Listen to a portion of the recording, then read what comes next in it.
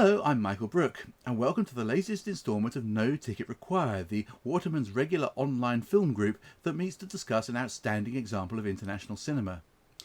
This time we're going to be looking at a highly unusual phenomenon as far as British distribution is concerned, a Finnish film not directed by someone with the surname Kaurismäki. In fact, it's the second feature by Juho Kuosmanen, who previously made a minor splash in 2016 with The Happiest Day in the Life of Olli Mäki, a lovely bittersweet film that told the true story of a Finnish boxer who had a shot at the world featherweight title against an American opponent, a story that panned out in wholly unexpected ways. There's a similar culture clash in Compartment No. 6 between a Finn and someone from a global superpower, only this time in the opposite direction, as we take a 925-mile trip from Moscow to Murmansk in Russia's far northwest, up past the Arctic Circle, in the company of Laura, a gay bohemian intellectual from Finland, who wants to see some rock drawings that are 10,000 years old, and Ljoha, a shaven-headed drunken misogynist who's going to Murmansk to work as a miner, and who seems to embody the very worst aspects of the male Russian stereotype. In other words, to say that there's a cultural gulf between them would be like calling the Pacific Ocean an expanse of water, broadly true but hopelessly inadequate at conveying the sheer scale. Here's the trailer. Алло! Я хочу поднять бокал за мою финскую подругу замечательную, которая завтра уезжает далеко-далеко, буквально на север, в Арктику. Дорогая моя. Спасибо.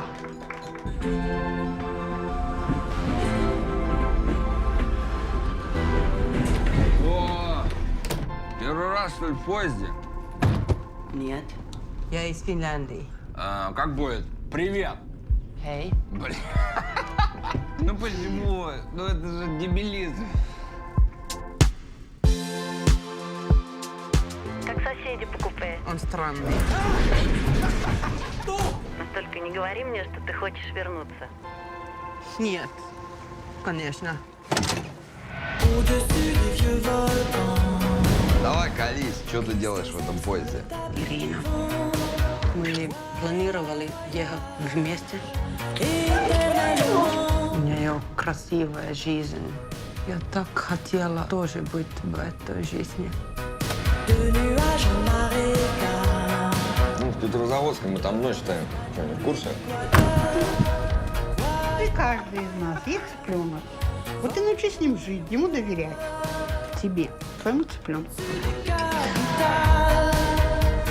Думаешь, я плохой? Я только думаю, что я видела. Что ты видела-то?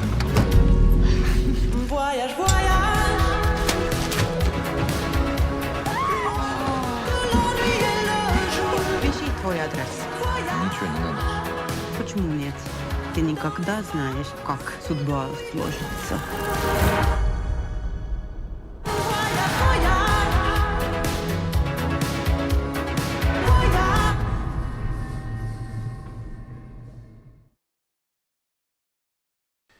The vast majority of the film takes place on the train, and much of that in Compartment 6 itself. Just like Laura and Ljoha, we're initially reluctant passengers being forced to spend some time in the company of complete strangers who can only communicate in Russian so basic that even I was able to follow a fair bit. And the fact that Ljoha is Russian can't help but strike a powerfully unintended chord at this particular moment in time, because the fact that he's ultimately so helpless and vulnerable beneath his brash exterior means that he has much more in common with the conscripted soldiers who involuntarily ended up in Ukraine than with the people who put them there.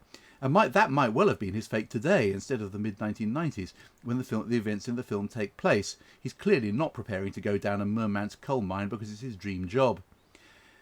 It's ultimately a film about two lost souls who, and this is hardly a spoiler, turn out to have much more in common deep, very deep down, than initial appearances suggest. Kuosmanen said that one of his inspirations was Sofia Coppola's film Lost in Translation, and Compartment No. 6 shares a similar fascination with tiny but oddly meaningful details. And I'll be discussing those details and the wider picture on Monday, May the 9th at 8 p.m. And here are the instructions for joining.